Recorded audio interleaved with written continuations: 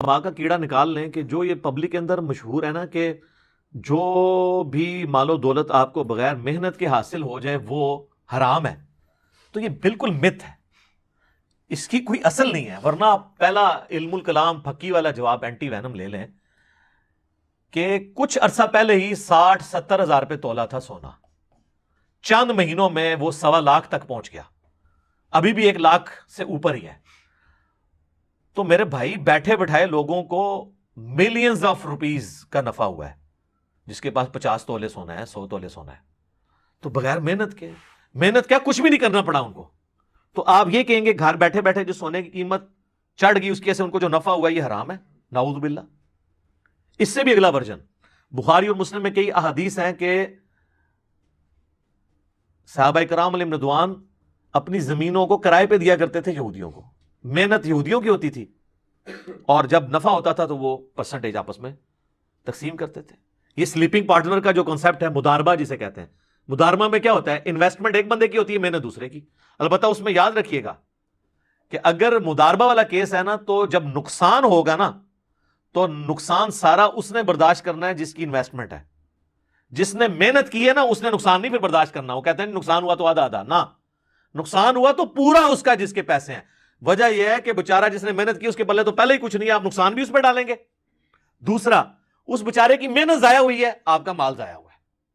اگر میں نے زمین کسی کو کرائے پہ دی کہ یہاں پہ تم فصل اگاؤ، فصل برباد ہو گئی، تو اب اس کا جو نقصان ہے وہ سارا میں نے برداشت کرنا ہے۔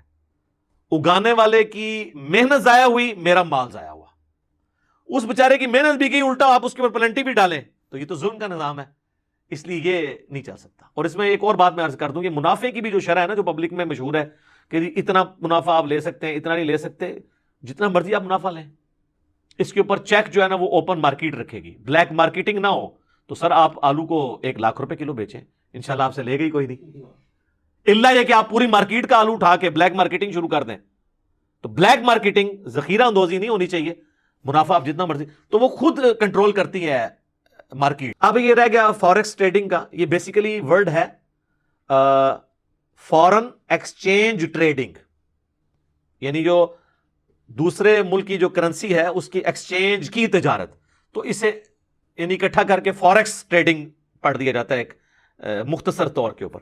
تو اسلام میں کسی کاروبار کے حلال اور حرام ہونے کے قوانین ہیں نا بنیادی، جو میں کتاب و سنت کی تعلیمات کی روشنی میں سمجھاؤں، وہ بنیادی 4 قوانین ہیں، 4 رولز کے اوپر آپ نے پیش کرنا ہے۔ میں آپ کو ڈاکٹرن کلیئر کروں گا، باقی ہر بندے نے اپنا کاروبار خود اس میں فٹ کرنا ہے۔ تو صحیح مسلم میں حدیث ہے، گناہ وہ جو تیرے دل میں کھٹکے اور تو اس بات سے ڈرے کہ لوگ مطلع ہو جائیں اس کے اوپر کہ یہ کر رہا ہے۔ تو گناہ اندر کا مفتی آپ کو بتائے گا یہ گناہ ہے۔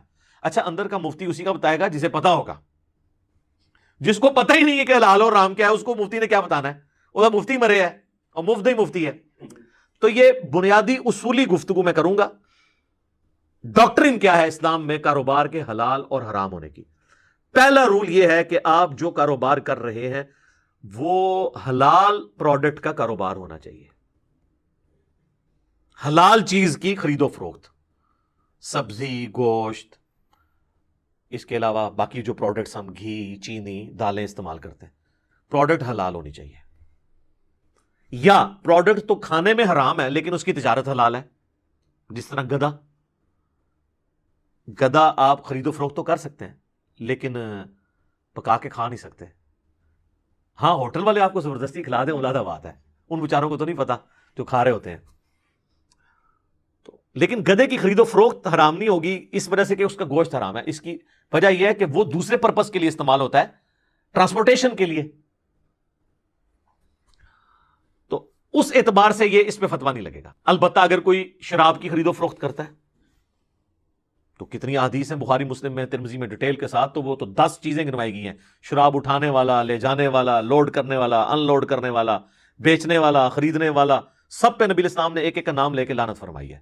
اسی طریقے سے جو نشاور چیزیں ہیں، ہیروئن کو اسمگل کرتا ہے، تو اب یہ نہیں کہہ سکتا جی، وہ جس طرح کے پی میں ایک مشہور ہم نے ایک لطیفہ سنا ہے، جو سمگلر ہے وہ کہنے لگا دیکھو جی، گدا بھی تو کھانا حرام ہے نا، کاروبار تو حلال ہے، تو ہیروئن کا نشہ حرام ہے، ہیروئن کا کاروبار تو حلال ہے نا؟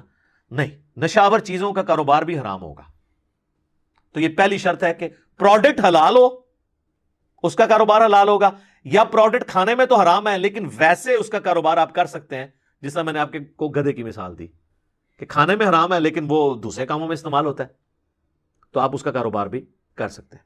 دوسرا رول یہ ہے کہ کاروبار میں غرر, عربی میں کہتے ہیں دھوکے کو, یہ نہیں ہونا چاہیے, ملاوٹ نہیں ہونی چاہیے, بالکل ہر چیز کرسٹل کلیئر ہونی چاہیے. غرر آ گیا, سامنے کچھ اور آپ نے رکھا ہے, اندر کھاتے اور کوئی کام ڈال رہے ہیں, غرر اور دھوکہ آ گیا. تو اس کی وجہ سے آپ یہ دیکھ لیں یہ پلاٹوں کا جو کاروبار ہو رہا ہے اور فائل کی قیمت کہاں سے کہاں تک چڑھاتے ہیں, خود مارکیٹ کے اندر پیسہ پھینک کے یہ غرر کر رہے ہوتے ہیں. تو یہ تو پھر یہ وہ گناہ ہے جو آپ کے دل میں کھٹکتا ہوگا کہ آپ یہ کیا حرکت کر رہے ہیں. غرر اور دھوکہ نہیں ہونا چاہیے. اس میں وہ سپورٹی حدیث ہے صحیح مسلم کی, نبی الاسلام ایک اناج کے ڈھیر کے پاس سے گزرے, آپ نے اپنی مبارک انگلیاں اس میں داخل کی تو وہ گیلی تھی. آپ نے کہا یہ کیا ہے؟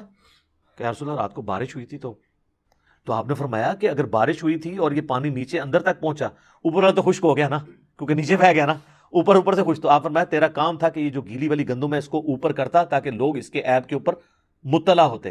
اور پھر آپ نے فرمایا من غشا فلیس منی, جس نے ملاوٹ کی اس کا مجھ سے کوئی تعلق نہیں ہے. یہ جو آپ نے اکثر 2 نمبر دودھ بیچنے والوں کی دکان کے بارے یہ حدیث لکھی ہوتی ہے نا, من غشا فلیس منی, جس نے ملاوٹ کی وہ ہم میں سے نہیں. یہ پوری حدیث اس طرح ہے کہ ایک پریکٹیکل واقعہ ہوا تھا کہ جس نے ملاوٹ کی وہ ہم میں سے نہیں. اچھا, تیسرا رول یہ ہے کہ جو اشیاء خورد و نوش ہیں, جو بیسک نیڈ کی چیزیں ہیں, آلو, ٹماٹر, پیاز, کھانے پینے کی چیزیں, ان میں بلیک مارکیٹنگ الاؤ نہیں ہے, ذخیرہ اندوزی. لیکن یہ بیسک نیڈ کی چیزیں, جو بیسک نیڈ کی چیزیں نہیں ہیں اس میں کوئی شخص کوئی چیز سٹور کر کے رکھتا ہے اور بعد میں جب مہنگی ہوتی ہے بیچ دیتا ہے, اس میں کوئی حرج نہیں ہے.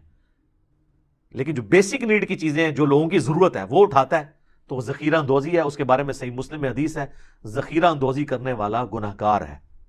اور سنن ابن ماجہ میں حدیث ہے, نبی الاسلام نے فرمایا کہ جو شخص غلہ مسلمانوں کا ذخیرہ کر لے گا اور یعنی بلیک مارکیٹنگ کرے گا تو اللہ تبارک و تعالی اس کو جزام یعنی کوڑ کے مرض میں اور افلاس کے مرض میں ڈال دے گا. تو آپ دیکھ لیں کتنے بڑے بڑے ہیں, اتنا کما کے بھی نا افلاس کے مرض میں مبتلا ہے.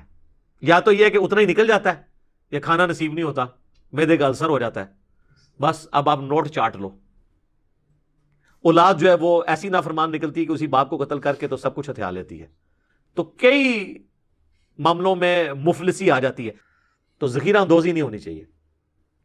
اور چوتھا رول یہ ہے کہ جوا یا سود, اسپیسیفکلی سودی لین دین اس میں نہیں ہونا چاہیے, کیونکہ سورۃ البقرہ کی آیت نمبر 279 میں اللہ تعالیٰ نے فرمایا کہ جو لوگ سود کھا رہے ہیں اللہ اور اس کے رسول سے اعلان جنگ ہے ان کا.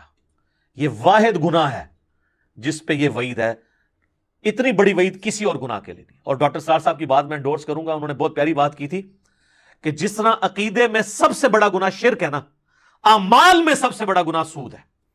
آج پوری دنیا میں جو یہ کیپٹلزم کا جو فتنہ ہے, یہ سودی نظام کے ذریعے تو استحصال ہو رہا ہے غریب لوگوں کا. امیر سے امیر تر ہو رہے ہیں, غریب سے غریب تر ہو رہے ہیں.